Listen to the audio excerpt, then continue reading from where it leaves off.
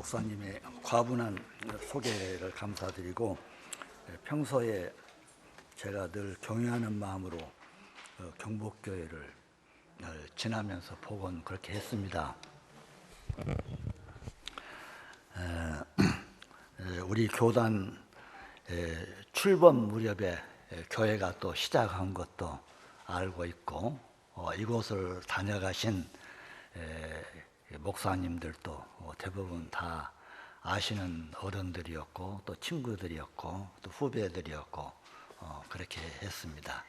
오늘 특별히 본 교단이 정한 남신도 주일에 이렇게 와서 여러분과 함께 예배하고 하나님께 영광 돌리게 된 것을 감사히 여깁니다. 앞으로 이 교회가 주님 기뻐하시는 귀한 교회로 역사할 수 있기를 기원합니다. 솔로몬 지혜의 왕 솔로몬 왕은 그에게 결정적인 소원이 있었는데, 솔로몬이 21살에 임금이 되었어요.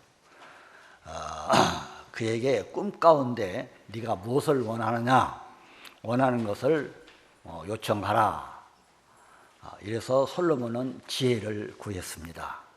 부자가 되는 것도, 강해지는 것도, 군사의 힘을 갖는 것도, 무슨 명예를 얻는 것도, 이런 거 일체를 다 그만두고 지혜를 구하는 왕이 되었습니다.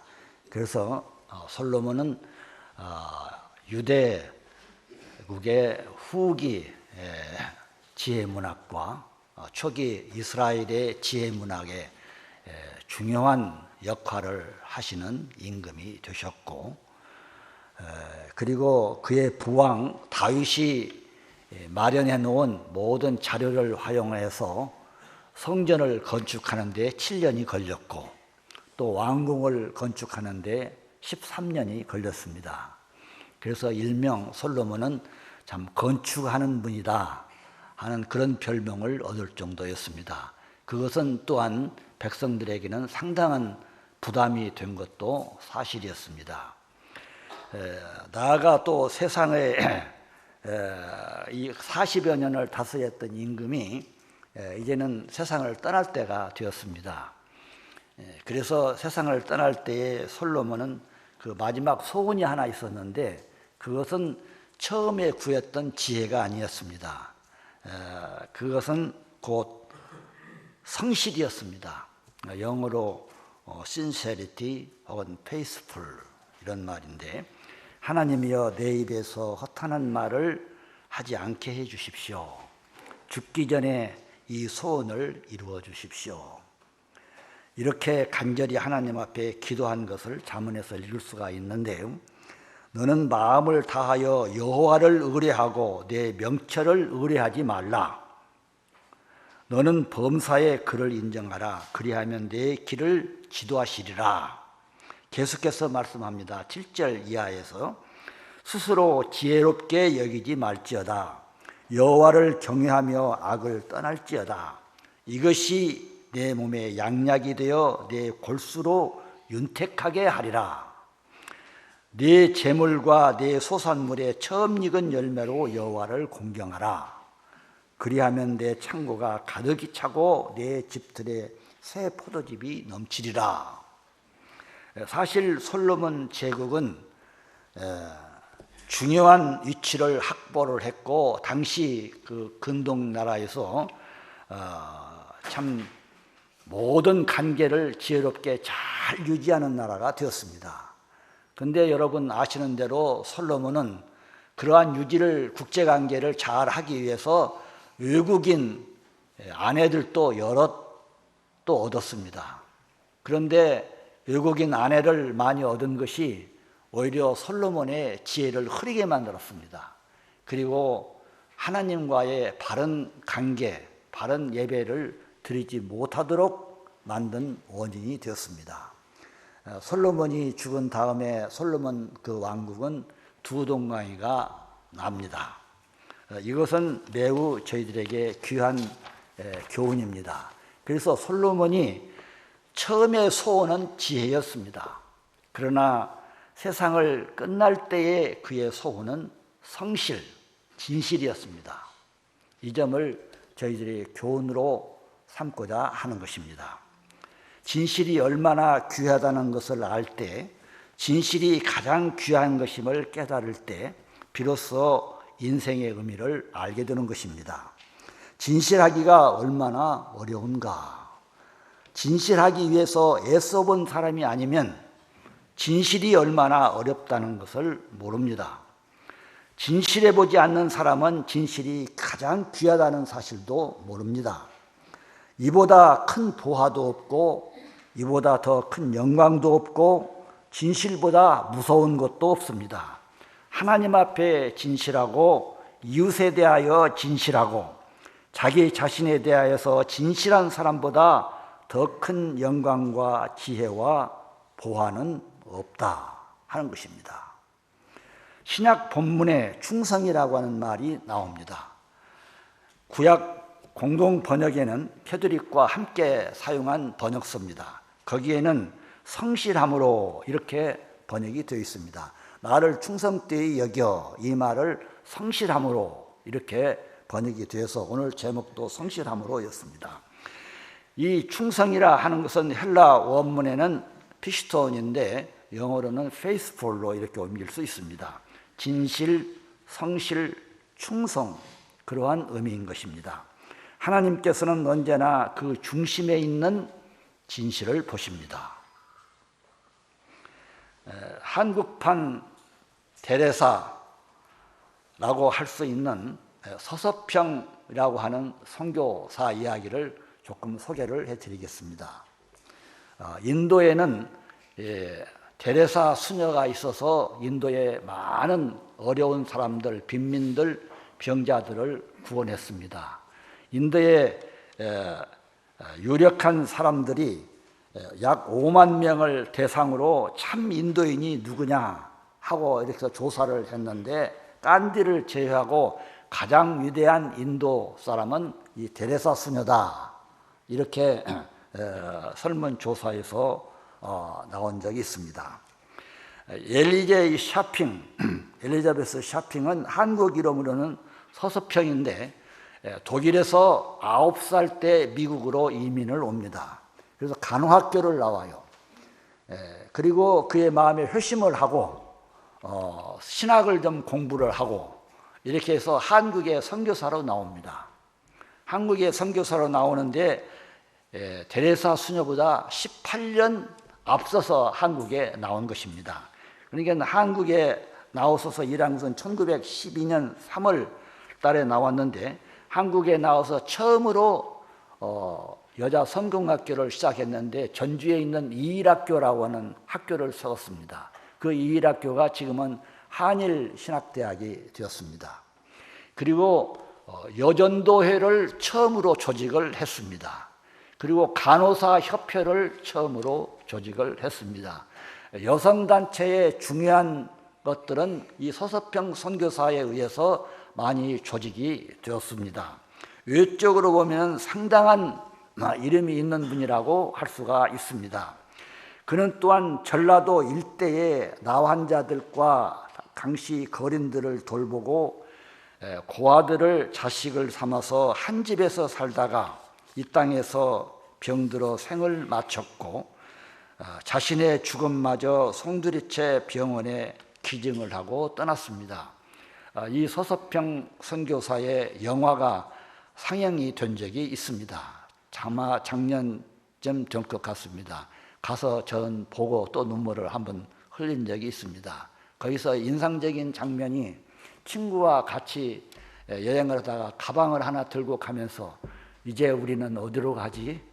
하는 그 모습이 정말로 마음을 참 뜨겁게 해주는 그런 장면이었습니다. 서서평 선교사가 돌아가셨을 때 광주시에서 최초로 시민 사회장으로 장례식이 거행이 되었는데 그때 나환자들과 거린들이 상해를 메고 뒤따르면서 어머니 하면서 애도를 했다고 합니다. 서서평이 활동하던 광주 전남은 1930년대 45만 가구, 220만 인구 가운데 굶주리는 인구가 88만 명, 거린이 11만 명에 이르렀다고 합니다. 서서평은 1년 가운데 100일 정도 나귀를 타고 전라남북도와 제주도에 전도여행을 다니며 병자들을 돌보고 여성들을 교육시켰습니다. 서서평의 당시 일기엔 한 달간 500명의 여성들을 만났는데 하나도 성한 사람이 없고 굶주리고 있거나 병들고 있거나 소박을 맞아서 쫓겨났거나 고통을 앓고 있었다 하고 당시의 상황을 전해주고 있습니다. 서서평은 당시 이름조차 없는 여인들, 큰 년이 작은 년이 개똥어멈, 그 마을 이름을 따라서 그때 당시에는 그 부인들의 이름을 불렀어요. 그런 때에 자신이 세운 이일학교 여학생들과 함께 농촌 계몽을 하면서 그 여성들에게 전부 다 이름을 지어줍니다. 그래서 그 자존감을 일깨워줍니다. 그래서 당신도 사람이다. 당신도 하나님의 형상을 입은 하나님의 딸이다. 이런 것을 깨우쳐 주어서 사람 무시를 하게 했습니다. 그는 나한우가 그 부인도 나한우였는데 죽자 그 아들을 버리려고 했을 때 그 아이를 데려다가 또 양자를 삼습니다. 그 위에 또 10명을 또 데려다가 양자를 삼습니다. 그리고 여자들도 또 38명을 데려다가 한 가족을 꾸며서 한 50명이 한 가족을 이루어서 살았습니다.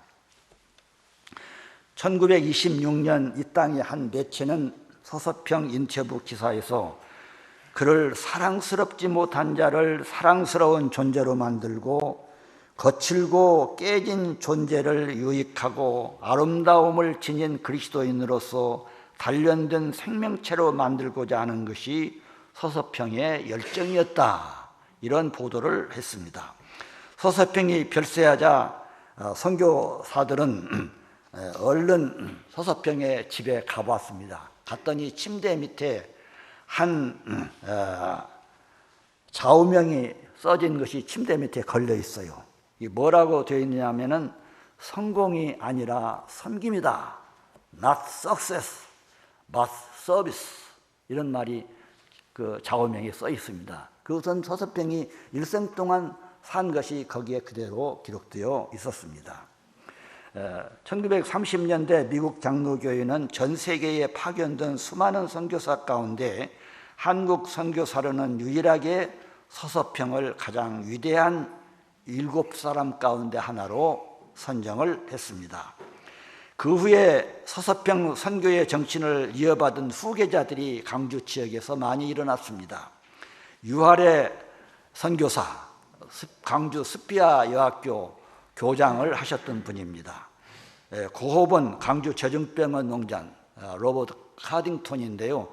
그분이 원장을 하실 때 저는 폐병을 알아가지고 그분 밑에서 치료를 받았습니다. 항상 얼굴이 창백한 모습을 하고 부지런히 여기저기를 다니던 그 모습이 생생합니다. 이런 여러 선교사들이 서서평 선교사의 그 뒤를 이어갔습니다.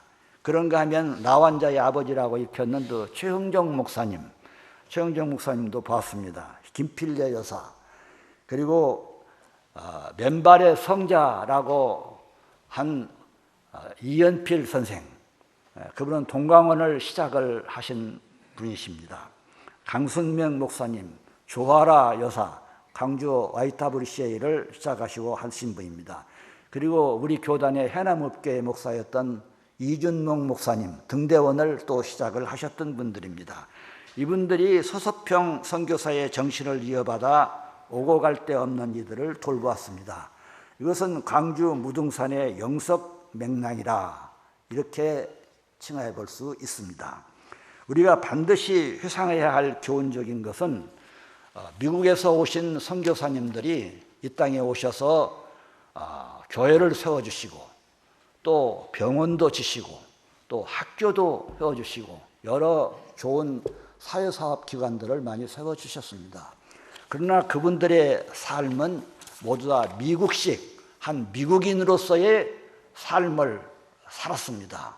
그런데 이 서서평 선교사는 그렇게 살지 않고 조선인과 같이 살았습니다.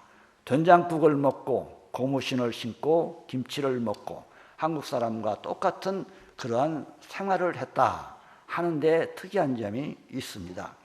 지금 우리나라 선교사가 세계 각국에 한 2만 명 이렇게 가 있는데 과연 선교사님들이 정말로 현지에 가서 현지인 중심으로 봉사를 하면서 선교를 하고 있는가? 이 서서평 선교사의 전기 작가가 그걸 묻고 있어요. 근데 여기에 대해서 참 공감을 하고 싶습니다. 현지민 위주로의 성공지향의 삶보다는 섬김의 거룩한 삶을 사는 것이 선교사의 본연의 삶이다 하는 점을 우리가 다시 한번 생각해야 하지 않을까 하는 것입니다. 오늘 신약의 본문 바울에 대해서 바울은 수십 년간 율법을 배워왔습니다. 다소에서 시골에서 태어나서 예루살렘 가말리엘 문화에 가서 율법을 전공을 했습니다. 그리고 그는 철저한 율법주의자가 되었고 율법신앙가가 되었습니다. 박해를 많이 했습니다.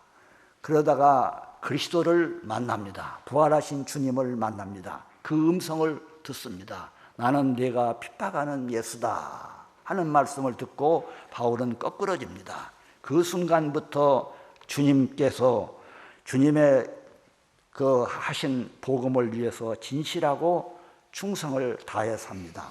전에 그토록 소중히 여기던 지식과 감은 자기의 믿음과 율법의 확신, 그의 과거의 모든 것들을 배설물과 같이 여겼다고 고백하고 있습니다. 빌립보서 3장에서요. 바울은 깨끗이 자기를 부정했고 체면이고 뭐고 하나도 뒤돌아보지 않습니다. 그는 깨닫는 대로 꼭 실천하여 행동으로 옮기는데 진실했습니다. 그러기에 방금까지 예수 믿는 사람을 체포하기에 분망했던 그가 변화받고 다메섹에 들어가서 예수는 그리스도다 하고 전도를 하고 진실함의 용기를 또 보여주시기도 했습니다. 바울은 전에는 이방자요 비방자요 박해자요 폭행자였다고 부끄러움 없이 그것도 또 고백을 하고 있습니다. 과거를 절대 숨기지 않고 인정을 하는 그 성실함이 있었습니다. 그는 현재의 솔직함의 진실함을 또 보여줬습니다. 고린도서에 보면 이중적인 자아에 대해서 말하면서 자기는 복음을 전하는데 부득이해서 복음을 전하고 있다 이런 고백도 하고 있습니다. 솔직한 인간적인 면을 피력하고 있는 것입니다. 부득이해서 마지못해서 내가 복음을 전하는 사람으로 지금 일하고 있다 이런 말을 피력하고 있어요. 이것은 바울의 여러분 그 진실을 그 성실함을 그 충성스러운 마음을 우리가 바울의 인격 속에서 읽어낼 수 있는 그런 부분이라고 할 수가 있겠습니다. 그는 또한 미래에 대해서도 성실했습니다. 앞에 순교가 있든지 어떤 비참한 핍박이 있든지 그대로 받아들이는 성실을 가지고 지냈습니다. 그리스도 예수 우리 주께 내가 감사함은 나를 충성되이 여겨 내게 직분을 맡기심이니 라고 하나님께와 모든 성도들 앞에 고백하고 있습니다. 바울은 결코 보석이나 돈, 가죽이나 옷이나 값비싼 물건들에 대해서 관심을 갖지 않았습니다. 자기 것을 위해서 아무 일도 하지 않았습니다. 오직 본질적이고 영원한 것들, 즉 믿음, 사랑, 지혜의 영, 하나님이 주시는 능력 같은 것의 귀함을 알고 그것들을 위해서 살고 그러한 유산을 우리에게 전해주려고 애썼던 삶이었습니다. 이런 본질적인 귀함을 알고 깨닫게 될 때 그 유력은 세상 무엇과도 바꿀 수가 없었습니다. 전무후무한 선교의 삶이라고 할 수 있습니다. 그는 세상적인 부귀영화 같은 것은 아야 분토처럼 여겼습니다. 그리스도께서 보여주시고 가르치신 그 영원한 것을 위해서만 질려갈 뿐이다고 고백을 하고 있습니다.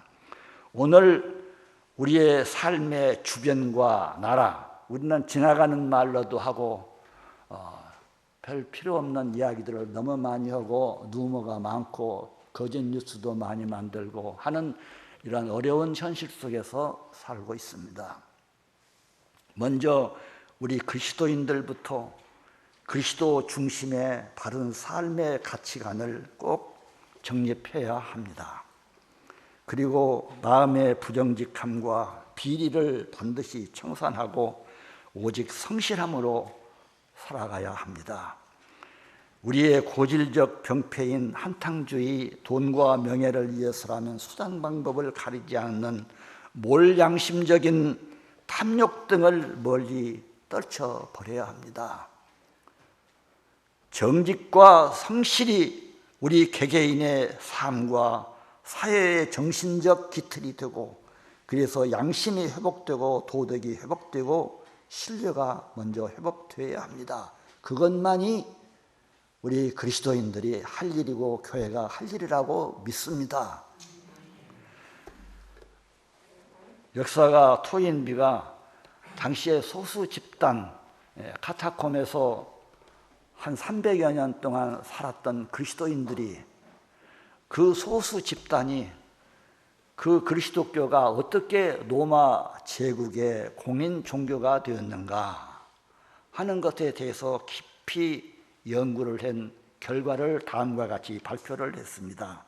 토인비에 의하면 그것은 인명 존중이었습니다. 그것은 형제 사랑이었습니다. 이웃에 대한 관심이었습니다. 이렇게 표현하고 있습니다. 사실 그리스도교는 유대인들은 물론이고 이방 사람들도 형제로 대하고, 그리고 나그네들, 또 군에서 포로로 잡혀온 사람들, 이런 사람들을 다 영접을 해서 한 형제로, 한 자매로 대우를 했습니다. 그래서 우리가 형제가 되고 이웃이 되는 길은 사랑의 친교, 곧 코에노니아, 곧 이것이 그리스도의 삶이다 하는 것을 초대교회가 증명을 한 것입니다. 그래서 로마 제국의 공식 종교가 되었다 하는 점인 것입니다. 그러나 그건 또 다른 문제를 낳습니다. 낳기는. 이제 다른 이야기, 엔돌핀에 대한 이야기를 조금 드리겠습니다. 1975년 과학자들에 의해서 발견된 인간 두뇌에서 생산된 엔돌핀 이야기인데요. 호르몬 아펜보다 200배의 가능성을 가진 것인데, T임파구라는 백혈구의 저항력을 강화시키고 신체의 아픔을 없애는 놀라운 역할을 한다는 것이죠. 미국에서 재빠른 장사꾼들이 50마리의 돼지떼의 머리에서 추출한 이 호르몬을 화학물질로 만들어서 2만 불씩 팔아서 장사를 한다고 합니다. 그러나 이 2만 불짜리 약과 비교도 안 될 만큼 효과가 있는 진짜 엔돌핀은 언제 발생하는가? 사람이 진실함으로 감사하는 마음을 가질 때 엔돌핀이 솟습니다. 기쁜 마음으로 사랑할 때, 또 이런 사랑을 받을 때, 진리를 발견할 때, 희망이 넘쳐 흐를 때 솟구쳐 나오는 이 엔돌핀이 속에서 솟구쳐 나온다는 것입니다. 그리스도의 구속애와 하나님의 사랑과 거룩에 대한 흠모로 감사와 찬송, 진실한 기원으로 예배할 때 엔돌핀이 쏟아져 나오는 그러한 시간이라는 것입니다. 이러한 예배가 오늘 또 드려질 수 있어야 하지 않겠느냐 하는 것입니다. 형식적인 예배일 수가 없습니다. 엔돌핀이 솟아나는 이러한 하나님 경배를 해야 한다고 믿습니다. 예배가 무엇입니까, 여러분? 예배한다는 것은 하나님의 거룩성을 힘입어 양심을 민감하게 하는 것입니다. 하나님의 사랑을 행해서 마음문을 여는 것입니다. 하나님의 목적하시는 뜻을 받들어 봉사하겠다고 하는 결의입니다. 이것이 여러분 예배예요. 따라서 예배에 임하는 우리 그리스도인들의 자세는 성실함으로 진실함으로 드리는 예배여야 합니다. 하나님은 영이시니 예배하는 자가 신령과 진리로 할지니라. 여기 붙어 있는 이 말씀을 보고 저도 오늘 아침에 아이고 이 말씀입니다 하고 생각을 했습니다. 기도하면서요. 이제 몇 가지 말씀을 함으로 결론을 내겠습니다. 첫째는 예수님께서 우리에게 어떠한 생각을 또한 어떠한 마음, 어떠한 뜻을 가지고 어떻게 일하며 살아야 할 것인가 하는 것을 우리에게 가르쳐 주셨는데요. 그것은 자신의 유익이나 복리가 아니라 남을 위한 관심과 그러한 삶이 되어야 한다고 가르친 것이 예수님의 기본적인 가르침입니다. 이 남을 위하면은 불행한 사람들, 어려운 이웃들, 세상을 다 포함하는 것이라고 할 수 있습니다. 그래서 이 교회는 교회 자신의 존재를 위해서 존재하는 것이 아닙니다. 교회는 세상을 위해서 존재하는 것이다. 이런 마음을 항상 가지셔야 합니다. 교회는 나 자신의 구원만이 아니라 전체 내 이웃들과 함께 코에노아적인 이런 삶을 하면서 함께 구원을 받는 공동체가 되도록 해야 하는 것입니다. 순교 신학자 보네퍼 목사님이 이 성숙한 시대에 이 모든 전제를 빼고 예수님을 현대인들에게 무엇이라고 가르칠 것인가 이렇게 물으면서 오직 남을 위한 존재였다고 이렇게 했듯이 오늘의 우리 그리스도인들 오직 남과 세상을 위한 존재로 성실히 진실히 살 수만 있다면 우리가 무엇을 더 바랄 수 있겠는가? 우리 그리스도인이 신자만이 아니라 주님의 몸된 땅 위의 신앙 공동체인 교회도 스스로를 위한 존재가 아니라 불행과 고난의 세계를 위한 존재이기에 오직 고난의 세계를 위해 예수님의 생과 같이 자기를 희생하며 세상의 십자가를 지고 살며 봉헌할 수 있어야 합니다. 오늘 우리의 시대는 이러한 그리스도인, 이러한 교회를 요청을 하고 있지 않겠습니까? 여기에서 이 고난에 대해서 우리가 한번 다시 묵상을 하셔야 합니다. 고난은 견디고 남으로써 생명은 일단의 진화를 하는 것입니다. 핍박을 받음으로 대적을 포용하는 관대함이 생기는 것입니다. 궁핍과 형벌을 참음으로 자유의 고귀함을 얻게 되는 것입니다. 고난이 주는 손해와 아픔은 한때이지만 그것이 주는 보람과 뜻은 영원하게 계승해가는 그 길로 인도합니다. 개인에게 있어서나 민족에게 있어서나 위대한 성격은 고난의 선물입니다. 고난은 인생을 하나님께로 인도하는 길이고 진리고 생명입니다. 예수님이 그러했지요. 곧 나로 말미암지 않고는 하나님께 갈 자가 없다. 나는 길이고 진리고 생명이다. 예수님을 따른다는 것은 고난입니다, 여러분. 예수의 십자가를 지는 길이기 때문입니다. 이 고난은 길이고 진리요 생명입니다. 동방 정교의 영성은 아토스 성산이라는 건 홀리 마운틴이라는 것이 있는데요. 그리스 지도를 보면 이렇게 반도가 셋이 이렇게 나왔는데요. 거기 맨 위에 아토스라고 하는 반도가 있습니다. 그 아토스 그 성산에서 한때 정교회가 부흥을 하고 열심히 할 때는 거기 사람들이 한 4만여 명 그 산에서 살았다고 그러합니다. 거기에서 사용하던 예수의 기도가 있는데 이런 내용을 기도하고 있습니다. 주 예수 그리스도 하느님의 아들이시여 죄인인 나를 불쌍히 여기소서. 이 기도를 반복을 하고 있어요.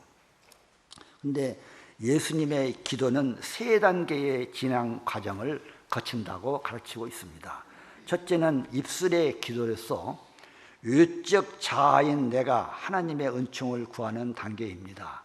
외적인 단계, 여기에서 우리는 기도할 때 무엇을 하나님께 달라는 그 요청의 기도를 참 많이 하십니다. 하나님 이것도 주셔야겠습니다. 이것도 주십시오. 또 이것도 주십시오. 이거 안 주시면 안 됩니다.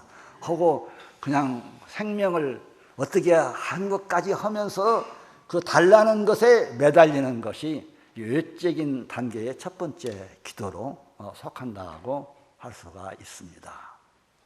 다음에 이 두 번째 단계는 마음의 무정령, 아파데이아라고 하는 상태는 평정심을 가지고 드리는 기도인 내면적인 단계입니다. 여기에서는 주님, 아무리 생각해도 저는 부족합니다. 그러나 하나님의 형성으로 지음을 받았다는데 제가 어떻게 주님을 닮을 수 없겠습니까? 성인들의 삶을 제가 닮아서 살아갈 수 없겠습니까? 하는 이 존재의 변화, 이 존재의 변화를 위해서 간구하는 이런 단계가 이 두 번째 내면적인 기도의 단계라고 가르치고 있습니다. 그리고 세 번째는 성령의 도우심 안에서 심장으로 드리는 영육의 연합된 기도의 단계입니다. 이러한 기도의 과정, 이것은 정말로 성령의 역사를 통해서 내가 주님과 하나가 되는 이런 경지에까지 가는 거예요. 근데 사실 성인들의 간임이 다 그리했습니다. 성 프란시스도 그리하셨고 성 아다나시우스 여러분들이 다 그런 경지를 갔습니다.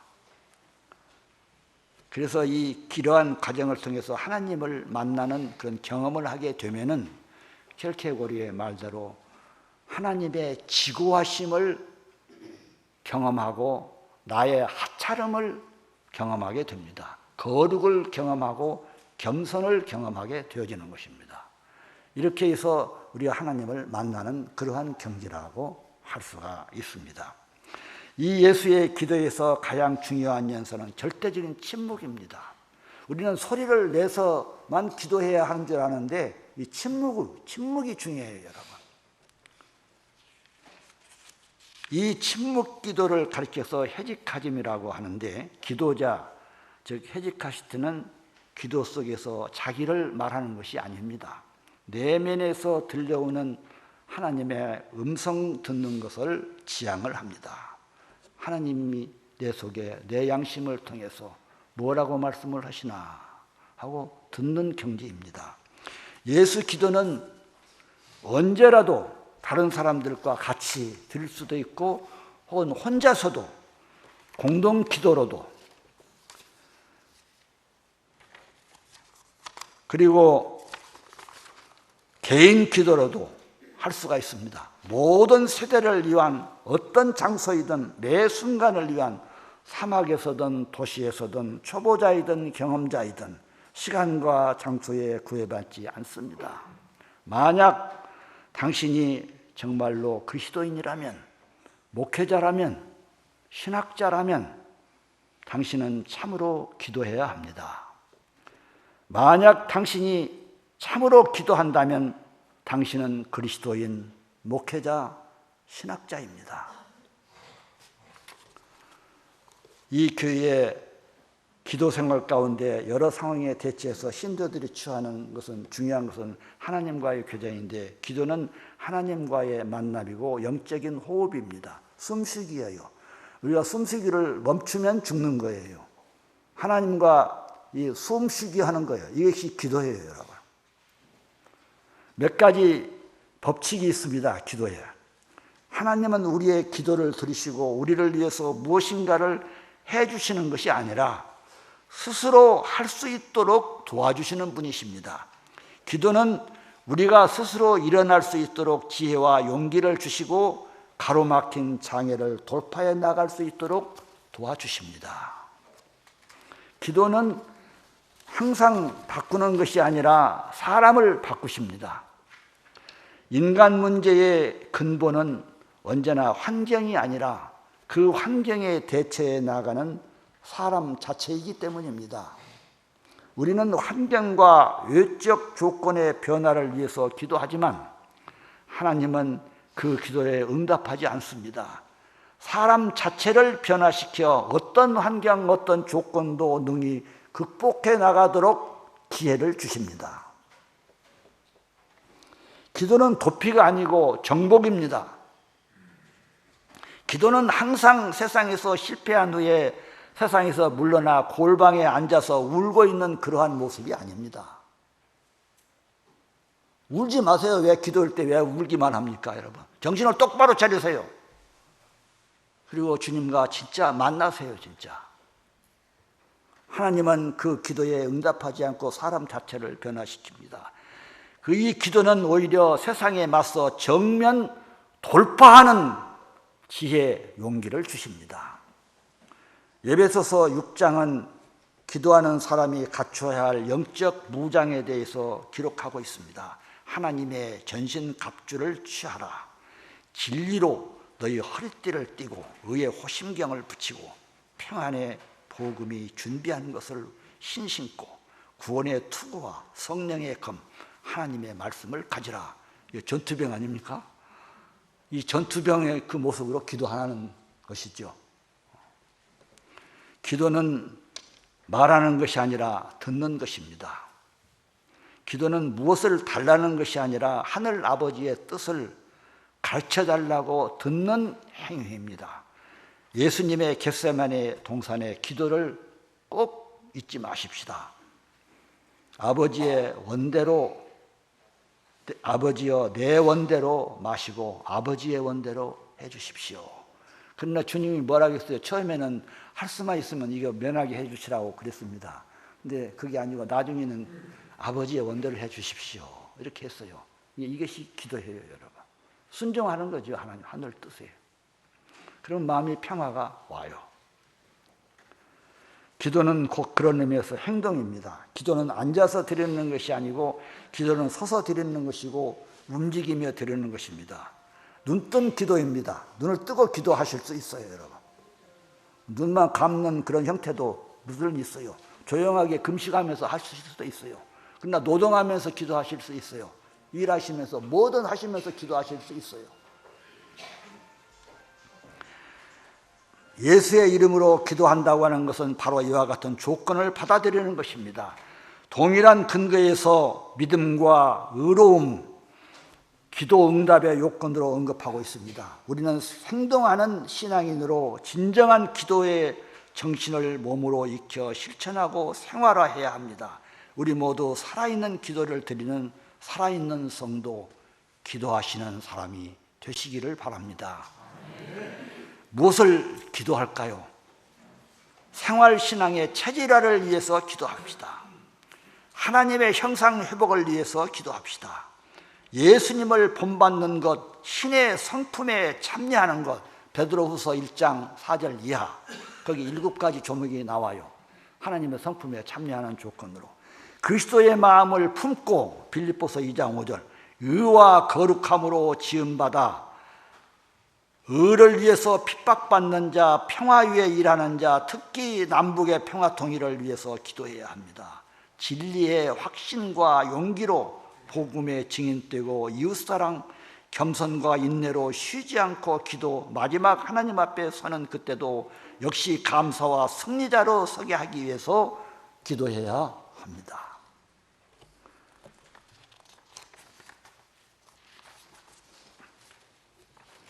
우리는 지금 동북아시아의 변화와 긴장, 발전의 소용돌이 속에서 역사적으로도 그리 해왔습니다마는 동북아시아를 살아야 하는 지혜를 갈급하고 있고 진실이 얼마나 필요한 때인가를 실감을 하고 있는 때에 살고 있습니다.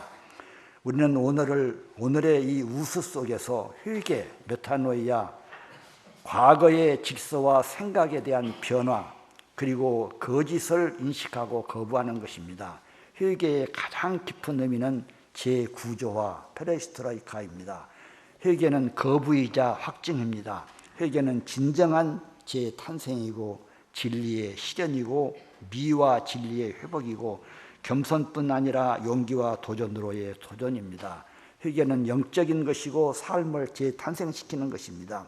영적 투쟁 없이, 영적 위대함 없이, 영적 도덕적 가치에 대한 의지 없이 세계 재탄생은 없기 때문이에요.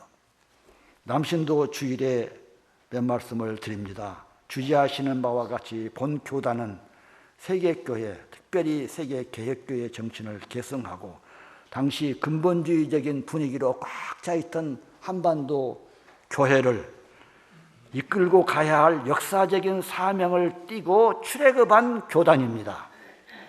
그때 장공 김재준 목사님은 온갖 형태의 바리새주의를 배격하고 오직 살아계신 그리스도를 믿음으로 구원받는 복음의 자유 확보와 전 세계 장로교회 테두리 안에서 건전한 교리 수렴함과 신앙 양심의 자유 확보와 전 세계 성도들과 협력 병진하려는 세계교회 정신에 철저하여야 한다고 분천명을 했습니다.